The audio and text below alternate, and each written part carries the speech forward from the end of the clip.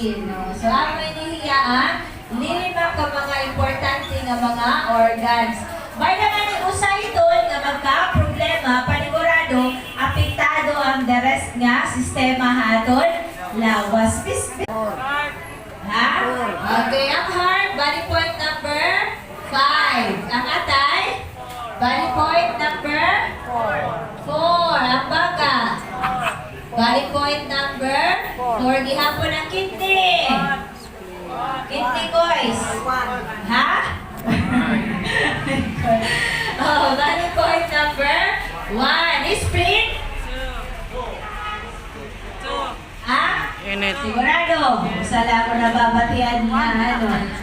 Sa mga importante nga organs sa aton, lawas. So imagine no, alam natin kung halimbawa, mag-utang sa trabaho or mag-malfunction